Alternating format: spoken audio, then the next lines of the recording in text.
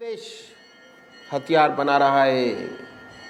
अब बड़े बड़े भयंकर हथियार, अणुबम, मिसाइल, जहरीली गैसें और क्या नहीं, एक से एक खतरनाक हथियार तैयार किए जा रहे हैं। किस लिए? मनुष्य का दुश्मन कौन हो सकता है? शरीर, शेर, चीते। इनके लिए तो एक बंदूक काफ़ी है, एक राइफल बहुत है। इन सब की क्या ज़रूरत? मिसाइल्स की क्या ज़रूरत? एटॉमिक वेपन्स की क्या ज़रूरत?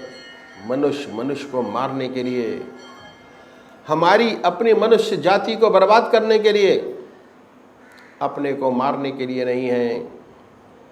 आज के आंकड़े ऐसे हैं कि ऐसे भयंकर हथियार बन चुके हैं, अगर गलती से चल जाए और एटॉमिक वार चिढ़ जाए, इस सारे हथियारों को इस्तेमाल हो जाए, तो जितनी आज दुनिया है मनुष्य मात्र, उन्हें 40 बार जन्म लेना पड़ेगा, तब ये हथियार ख़त्म होंगे।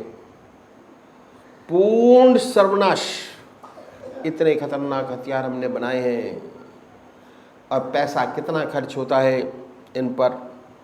अगर इस सारे पैसे को एकत्र करके दुनिया की भलाई के लिए सारे पैसे खर्च किए जाएं, तो आज दुनिया की शक्ल बहुत कुछ बदल जाएगी। ये पृथ्वी स्वर्ग हो जाएगी। ना कोई आदमी बगैर काम का रहे, ना कोई बगैर घर बार का। इतनी सुंदर हालत हो जाए। परमात्मा ने पृथ्वी को स्वर्ग बनाया है। जितने एस्ट्रोनॉट हैं जिन्होंने उड़ान भरी, कहते कि सबसे सुंदर ग्रह पृथ्वी है, ऐसा सुंदर ग्रह कोई भी नहीं। तो भगवान ने तो हमें स्वर्ग दिया है, लेकिन मनुष्य ने अपनी कटुता से, अपनी नीच प्रवृत्ति से इसे नरक से बदतर बना दिया। युद्ध का पता नहीं कब छिड़ जाए। आइंस्टाइन ने बहुत सुंदर लिखा है कि जिस बूते पे आज हम चंद्रमा या कहाँ कहाँ पहुँचे हैं, उसने लिखा है कि मैं नहीं जानता दुनिया का तीसरा विश्व युद्ध कैसा लड़ा जाएगा, परंतु यह पूर्ण विश्वास है, जानता हूँ कि अगर चौथा विश्व युद्ध हुआ तो डंड और पत्थरों से होगा। बहुत सही लिखा है। अगर एक तरफ एक दफ़ा लड़ाई छिड़ जाए, चाहे गलती से ही छिड़ जाए, तो सबका सफाया। दुनिया की बड़ी बुरी हालत है, लेकिन हम अपने अपने अहंकार में चूर हैं। मैं बड़ा, मेरा नेशन बड़ा। सच्ची मनुष्यता है वो नहीं है। उसकी वजह है कि हम ऋषियों के बताए मार्ग को भूल रहे हैं। हम देखते हैं कि भगवान आपकी पूजा का भूखा नहीं है। अपने विकास के लिए, मनुष्य मात्र की भलाई के लिए, संसार की भलाई के लिए ये पूजा परम आवश्यक है, बहुत ज़रूरी है। जब मन को नींद आ जाती है, आत्मा को भी नींद आ जाती है। कहा है, जब दिल को नींद आ जाती है और रूह भी गाफिल होती है, तब मैं अकेला होता हूँ और यार की महफिल होती है। जब मन भी सो जाता है, आत्मा भी सो गई, परमात्मा का दिव्य दर्शन होता है, तब सच्चा ज्ञान प्राप्त होता है। तो पूजा बहुत आवश्यक है। अगर हम सच्चा डेवलपमेंट चाहते हैं, सच्चा संसार का हित चाहते हैं, दुनिया का हित चाहते हैं, अपनी मनुष्य जाति का हित चाहते हैं, तो पूजा बहुत जरूरी है। अपने मन को रेस्ट देना पड़ेगा।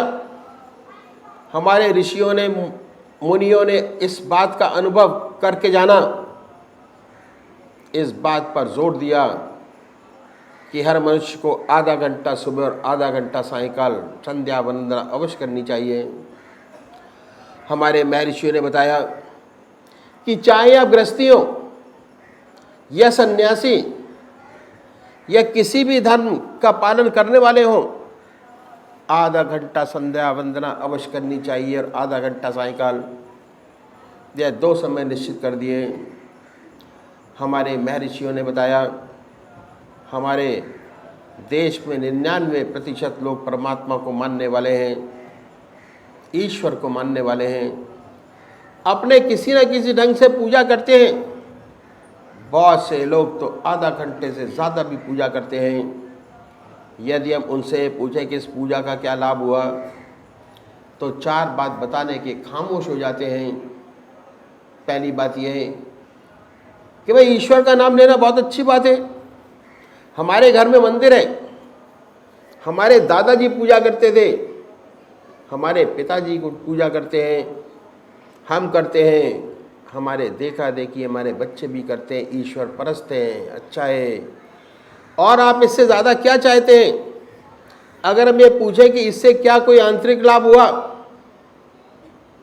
ऐसे बहुत से कम लोग होंगे जो ये कहेंगे कि हाँ हुआ। इन संतों ने कहा कि हम एक तरीका बतलाते हैं, यदि आप इस तरीके से पूजा करेंगे तो आपको विशेष लाभ होगा। और उन्होंने ऐसा तरीका बतलाया जिसे हर कोई अपना सके, चाहे किसी भी मज़हब का मानने वाला हो, किसी भी धर्म का अनुयायी हो, अपने धर्म के मत पर चलते हुए कर सके, ऐसी बात बतलाई। और वो तरीका मैं आपके सामने रखता हूँ।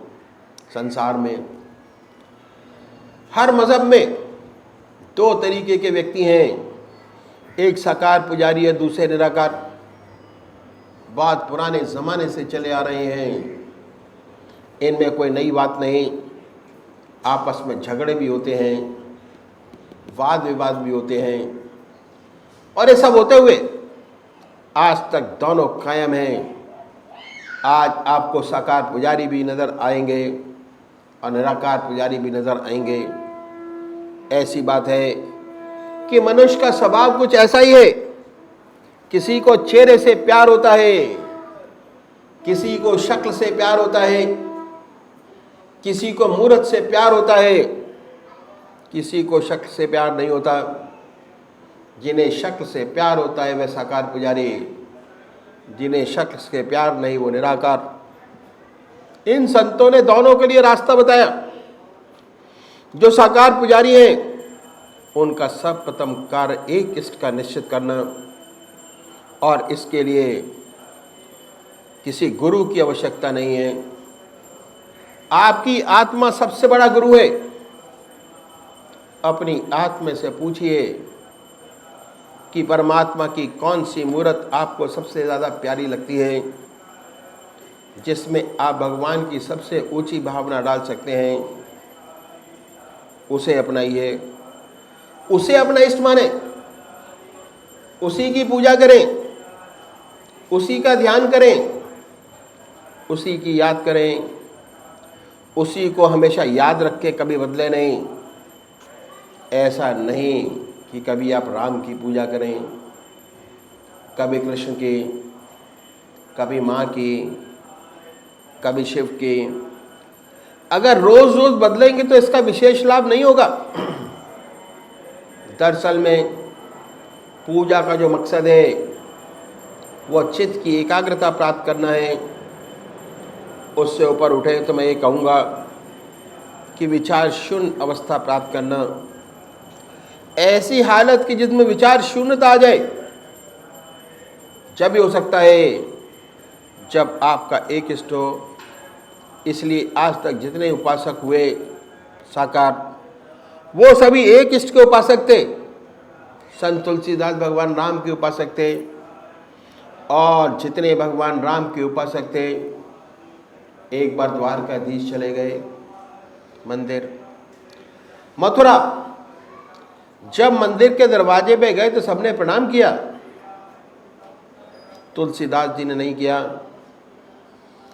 लोगों ने उन्हें पकड़ लिया, कहने लगे कि आप तो भगवान के भक्त हैं, आपने प्रणाम क्यों नहीं किया? तुलसीदास जी ने भगवान की स्तुति की और भगवान की मूर्ति का बड़ा सुंदर वर्णन किया। आखिर में रो रो कर कहने लगे, तुलसी मस्तक तब झुके जब धनुष बाण लो हाथ। ऐसा कहते हैं कि भगवान के हाथ में धनुष बाण आ गया। तुलसीदास जी ने दंडवत प्रणाम किया। ऐसे एक इष्ट के उपासक थे। ऐसे ही संत सूरदास थे, भगवान श्री कृष्ण के उपासक थे। उन्हें हर जगह भगवान कृष्ण नजर आते थे और उनके साथ भगवान कृष्ण हरदम साथ रहते थे। कहते थे कि दर दीवार दर्पण भय, जित देखूं तित तोय, काकर पाथर ठीकरी, भय आरसी मोए। कंकड़ों में, पत्थरों में उन्हें भगवान कृष्ण नजर आते थे। इस तरह जितने भी साकार भक्त हुए सब एक इष्ट के उपासक थे। इसलिए साकार पुजारी अपना एक इष्ट निश्चित करना बहुत जरूरी है, जिससे आपकी आत्मा कबूल करे। उसी का सच्चा ध्यान बनेगा, उसी से सच्ची चित्त की एकाग्रता प्राप्त हो सकेगी। अगर बार बार बदलेंगे, बहुत सी मूर्तियों का ध्यान करेंगे, तो पूजा का मकसद पूरा नहीं होगा। पूजा करने के लिए कुशा या कंबल का आसन हो, धूप बत्ती जलाएं, धूप दीप, साफ सुथरी चादर बिछी हो, सफाई के साथ रात्रि के बस बदल कर बैठे। अगर स्नान नहीं कर सकते तो कोई बात नहीं, मुंह हाथ धोकर सुख आसन से पलौथी लगाकर बैठे। अपने इष्ट को सामने देखें, अपने इष्ट का आह्वान कीजिए। अपने सामने अपने इष्ट की शय शरीर आपके सामने विद्यमान है, ऐसा विचार कीजिए। फिर भक्ति भाव से भरा कोई भजन गाइए, तो क्या होगा कि जितने आपके बहिर्मुखी विचार हैं दुनिया के, उनसे हटकर मन ईश्वर की तरफ लग जाएगा। और इसके बाद जब आप ध्यान करेंगे तो ध्यान बनेगा। पहले बाहर देखिए, जब ध्यान बाहर की तरफ बन जाए, उस पवित्र मूर्ति को हृदय में उतारिए, बड़े प्यार से बैठाइए, इतने प्यार से कि कोई दूसरा विचार ना रह जाए, ना दूसरा ख्याल। हमारी आत्मा हमारे मन को देखती रहती है, बताती रहती है कि हम क्या सोच रहे हैं। जब मन हट जाए, फिर प्यार से उसी पवित्र मूर्ति पर जमाएं। फिर ना कोई विचार रहेगा, ना ख्याल। जब चेतन अवस्था में लौटेंगे, उसी के ध्यान में लौटेंगे, उस समय आपको बड़ी सुंदर अनुभूति होगी कि आपका हृदय मस्तक अनुपम आनंद से भर गया। जितना मस्तक पर भार था वो हल्का हो गया। यह है पूजा का तरीका जो संत महात्मा ने बताया साकार पुजारियों के लिए। यदि ऐसे पूजा करेंगे तो उसका विशेष लाभ होगा। चित्त की एकाग्रता प्राप्त होगी, सुषुप्ति की अवस्था प्राप्त होगी और धीरे धीरे सुषुप्ति से सहज समाधि में प्रवेश कर जाएंगे। दूसरे वो भाई हैं जो निराकार भगवान के उपासक हैं, जो परमात्मा की मूर्ति को नहीं मानते। वे क्या करें? वे भगवान के नाम को छाटे और उस नाम को चुने जो उनकी आत्मा को सबसे प्यारा लगता है। कोई ना कोई नाम से तो याद करते ही होंगे। हिंदू भाई ओम नाम, मुसलमान भाई अल्लाह, सिख भाई वाहगुरु, क्रिश्चियन भाई क्राइस्ट या गॉड। तो हर भाई उस प्रभु का नाम, कोई राम कोई रहीम से तो लेता ही है। यहाँ पर भी जो नाम आपकी आत्मा को प्यारा लगे उसे पकड़े। आसन वही है, सुख आसन से पलौती लगाकर बैठे, हृदय की तरफ निगाह रखे, आनंदमयी अवस्था बनाएं और ये ख्याल करें कि जब आपका हृदय धुक धुक करता है, जो हार्ट बीट होती है उससे ओम नाम निकल रहा है, जो नाम चुना है वो निकल रहा है। हृदय ओम ओम कह रहा है, जबान नहीं कह रही। जिह्वा से नहीं, ख्याल से, not by tongue but by thought. शुरू में दिक्कत होती है, तब तक आप मानसिक जाप कर सकते हैं, ओम, बड़े प्यार से ओम, बड़े प्यार से ओम। धीरे धीरे ऐसी अवस्था आती है कि आपको बहुत स्पष्ट सुनाई देने लगता है कि हृदय से ओम की नाम आवाज़ निकल रही है। ऐसी हालत पैदा होती है कि ना कोई दूसरा ख्याल रहता है ना विचार, उसमें ऐसे तल्लीन हो जाते हैं कि होश नहीं रहता, अपने आप से गायब हो जाते हैं, विचार शून्य अवस्था बन जाती है। जब चेतन अवस्था में आते हैं तब वही नाम सुनते होते हैं। फिर हमें एहसास होता है बड़े आनंद का कि हमारा मस्तिष्क अनुपम आनंद से भर गया, बड़ी शांति मिली। तो ये तरीका इन संतों ने बताया। यदि हम ऐसे पूजा करेंगे हमें विशेष लाभ होगा, चित्त की एकाग्रता प्राप्त होगी, धीरे धीरे हम सुषुप्ति से सहज समाधि में प्रवेश कर जाएंगे और हमें आत्मदर्शन के साथ साथ परमात्मा का अनुभव होने लगेगा। और एक दिन ऐसा आएगा कि हम उससे एकाकार हो जाएंगे, ज्योति से ज्योति मिल जाएगी और हमें परमात्मा का दिग्दर्शन महसूस होने लगेगा और एक दिन उससे हम लय हो जाएंगे। अगर ऐसे पूजा करेंगे तो धीरे धीरे हमारा जो आत्मा है, प्राणों की गति ऊपर होती चली जाती है। जितना हम दुनिया का चिंतन करते हैं, कामनी कांचन का चिंतन करते हैं, उतना ही हमारे प्राणों का जवाब गुदा और जंगम में होता चला जाता है। हमारे प्राण ऊर्ध्वगामी होते चले जाते हैं और एक दिन ऐसा आता है कि ध्यान तो हम हृदय पर करते हैं लेकिन गुलगुलाहट हमारे बाहों के बीच में होती है। हमारे बुजुर्गों की कृपा से ये हालत अपने सत्संग में बहुत जल्दी लोगों को प्राप्त हो जाती है थोड़े अभ्यास के बाद। अब कोई खतरा नहीं, आज्ञा चक्र अगर पर ध्यान होना शुरू हो गया और उसके बाद साल 2 साल सत्संग में जाने के बाद, सत्संग के प्रोग्राम अटेंड करने के बाद, भंडारे में सम्मिलित होने के बाद बहुत जल्दी अवस्था साधक को मिल जाती है जब उसके आज्ञा चक्र पर स्पंदन होने लगता है। बहुत से लोगों को तो काम करते करते ऐसा होने लगता है कि ऑफिस में काम भी कर रहे हैं और आज्ञा चक्र पर स्पंदन भी हो रहा है। इसलिए हमारे सद्गुरुओं ने ध्यान हृदय पर बताया ताकि बड़ी सरलता से काम बन जाए और हमारे अंदर ऐसे गुण पैदा हो जिनकी हमारे ग्रस्त जीवन में बड़ी आवश्यकता है। परमात्मा तू ही है, तेरी इच्छा पूर्ण हो।